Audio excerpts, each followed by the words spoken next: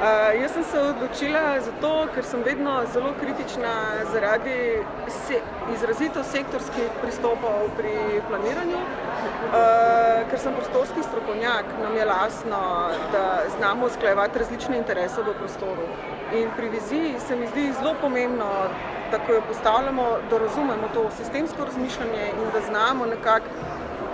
združiti te naše misli in ideje, ne da pač prevlada en sam interes na račun drugih, ampak da poskušamo tako po principu najmanjše škode nekako načrtovati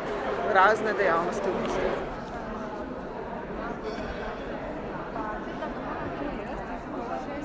Viziji za napot bi želela to, da se res vsi nekako poistovetijo s to vizijo, ne samo politika, ampak tudi državljani, in da tudi, če se politika menja, da recimo državljani znajo potem politiko recimo držati za besedo, da nekako poskuša uresničiti to vizijo.